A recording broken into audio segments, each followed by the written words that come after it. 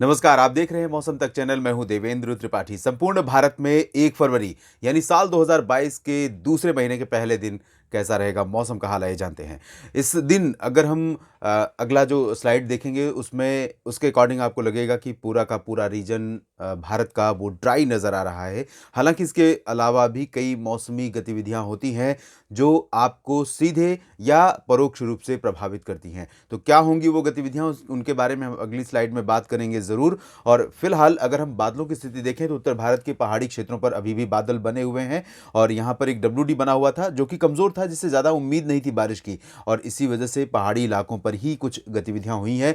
Planes में पंजाब, हरियाणा, दिल्ली समेत उत्तर भारत के जो बाकी मैदानी क्षेत्र हैं ड्राई बने हुए हैं। पूर्वोत्तर भारत के क्षेत्रों में कुछ स्थानों पर बादल नजर आ रहे हैं, अरुणाचल प्रदेश और असम, मेघालय तथा नागालैंड में, और साथ ही साथ सिक्किम और हिमालय पश्चिम बंगाल पर ये डब्ल्यू के प्रभाव से पहुंचने वाले बादल हैं। और इन बादलों से कुछ स्थानों पर अरुणाचल प्रदेश के कुछ इलाकों में बारिश हुई भी है, लेकिन बहुत ज़्यादा गतिविधियां फिलहाल नहीं हुई। दक्षिण भारत के क्षेत्रों पर कोई एक्टिव वेदर सिस्टम नहीं है, ना ही बंगाल की खाड़ी और ना ही अरब सागर में लैंड रीजन पर भी कोई सिस्टम यहां पर नजर नहीं आ रहा है। लेकिन एक स्ट्रांग वेदर सिस्टम डब्ल्यू के रूप में 2 फरवरी को उत्तर भारत में दस्तक देने वाला है। तो इन स्थितियों के बीच में किस तरह के मौसम की संभावना है 1 फरवरी को पूरे भारत में, आइए जानते हैं। शुरुआत करेंगे उत्तर भारत के क्षेत्रों से ही। यहाँ पर उत्तर भारत के भागों पर डब्ल्यू का जो रेमिनेंट्स इफेक्ट है वो यहाँ पर रहेगा, और इसके चलते आपको गिलगित बाल्टिस्तान, मुजफ्फराबाद, लद्दाख और जम्मू कश्मीर, हिमाचल तथा उत्तराखंड, इन सभी भागों पर थोड़े बहुत बादल नजर आ सकते हैं। बहुत ज़्यादा बादल नहीं होंगे और बारिश की संभावना फिलहाल बिल्कुल नहीं होगी अगले 24 घंटों के दौरान पहाड़ों पर।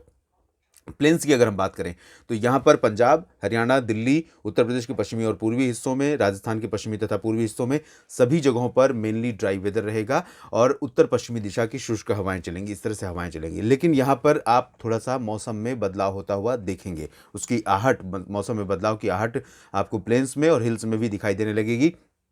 हालांकि जो प्रभावी पश्चिमी विक्षोभ है वो दस्तक देगा 2 फरवरी को, यानी 1 फरवरी के अगले दिन, और उत्तर भारत के पहाड़ों पर, और उसके प्रभाव से एक इंड्यूस्ड सर्कुलेशन बनेगा प्लेन्स में, राजस्थान और एडजॉइनिंग पाकिस्तान पर लगभग यहाँ पर, और ये सिस्टम बनेगा 3 फरवरी को।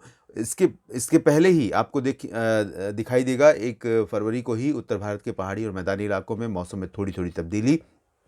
यहाँ पर हवाओं में थोड़ी नमी बढ़नी शुरू हो जाएगी कल से ही, और उसके चलते धूप का असर धीरे धीरे कम होने लगेगा। यानी कि जैसे ही मॉइस्चर की लेयर यहाँ पर आई और आपको धूप का जो अभी जो ब्राइटनेस दिख रही थी वो थोड़ा डिम होने लगेगी, और ये परिवर्तन रहेगा। हवाओं की दिशा में कोई परिवर्तन होने की संभावना उत्तर भारत के पहाड़ी और मैदानी इलाकों में नहीं है। पूर्वी उत्तर प्रदेश और बिहार, झारखंड, पश्चिम बंगाल, इन सभी रीजन्स में भी पश्चिमी दिशा की ठंडी और शुष्क हवाएं लगातार जारी रहेंगी, और यहाँ पर कोई मेजर चेंज नहीं होगा, ना तो वेदर कंडीशन में और ना ही टेम्परेचर में। तो यहाँ एज यूजुअल वेदर आपको देखने को मिलेगा। लखनऊ, कानपुर, अयोध्या, वाराणसी और प्रयागराज से लेकर पटना, गया, दरभंगा, भागलपुर, किशनगंज, अररिया, पूर्णिया, इधर अगर हम झारखंड की बात करें तो यहाँ पर दुमका, देवघर, रांची, जमशेदपुर समेत कोलकाता, दीघा, मिदनापुर समेत पश्चिम बंगाल के गंगीय क्षेत्रों में भी ड्राई वेदर रहेगा। और हिमालयी पश्चिम बंगाल, सिक्किम तथा पूर्वोत्तर भारत के कुछ इलाकों पर बादलों का प्रभाव जैसा आज है इससे ज़्यादा कल हो सकता है, और इसके चलते यहाँ पर अरुणाचल प्रदेश में कुछ जगहों पर, नागालैंड में कहीं कहीं पर, और आइसोलेटेड प्लेसेस पर असम में तथा सिक्किम और हिमालयी पश्चिम बंगाल के क्षेत्रों में कुछ स्थानों पर हल्की वर्षा हो सकती है, लेकिन बहुत भारी बारिश संभावित नहीं है। हालांकि अरुणाचल में कुछ एक जगहों पर मध्यम बौछारें भी गिर सकती हैं, यहाँ पर देखने को मिल सकती है। सेंट्रल रीजन्स में एज यूजुअल वेदर पिछले कई दिनों से जो चेंज नहीं हो रहा है वैसी ही कंडीशन यहाँ पर रहेगी। ओडिशा, छत्तीसगढ़, मध्य प्रदेश के पूर्वी तथा पश्चिमी हिस्सों में, विदर्भ और मराठवाड़ा, मध्य महाराष्ट्र तथा कोंकण गोवा में, महाराष्ट्र में, गुजरात के सौराष्ट्र और पूर्वी रीजन तथा कच्छ में सभी जगहों पर ड्राई वेदर रहेगा। और यहाँ पर हवाएं अभी उत्तरी दिशा की चल रही हैं। नॉर्दर्ली ड्राई कोल्ड विंड की वजह से यहाँ पर टेम्परेचर बिलो नॉर्मल हैं। छत्तीसगढ़, ओडिशा से लेकर मध्य प्रदेश के अधिकांश शहरों में, महाराष्ट्र के लगभग सभी शहरों में, गुजरात के भी अधिकांश इलाकों में, दादरा नगर हवेली, दमन दीव में भी, क्योंकि कोस्ट होने के बावजूद, कोस्ट के करीब होने के बावजूद इन भागों में जब उत्तरी दिशा की ठंडी हवाओं का असर दिखाई देता है, जिस तरह से मुंबई और सूरत और आसपास के इलाकों में दिखता है, तो ऐसा ही असर आपको दादरा नगर हवेली, दमन दीव में भी दिखाई देता है और तापमान गिरते हैं। गोवा में भी तापमान में कोई परिवर्तन नहीं होगा। As usual weather condition, as usual तापमान की कंडीशन रहेगी।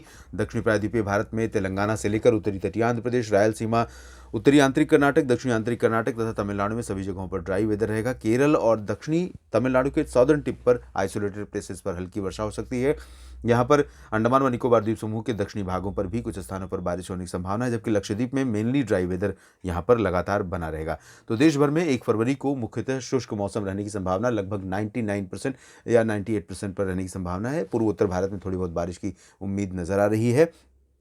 उसके बाद इंतज़ार कीजिए बस 24 घंटों का। 24 घंटों के बाद 2 फरवरी आते ही WD उत्तर भारत में दस्तक दे देगा पहाड़ों पर, और इसका असर पहाड़ों से लेकर मैदानी इलाकों तक दिखाई देगा और कई राज्य प्रभावित होंगे। बड़ा लंबा स्ट्रेच होगा इसका, बहुत स्ट्रॉन्ग वेदर सिस्टम होंगे, और इन सिस्टमों का असर किन-किन शहरों, किन-किन राज्यों पर होगा, मैं आपको अगले बुलेटिन में ज़रूर अपडेट करूँगा। और साथ ही इसके बाद 2 फरवरी के बाद अगला जो सिस्टम होगा, वो कब आएगा उसके बारे में भी हम बात करेंगे, और इन सिस्टमों का असर किन-किन राज्यों पर पड़ेगा, इन सब चीज़ों की चर्चा करेंगे अगले बुलेटिन्स में। फिलहाल मौसम तक चैनल पर बने रहने के लिए आपका शुक्रिया। धन्यवाद।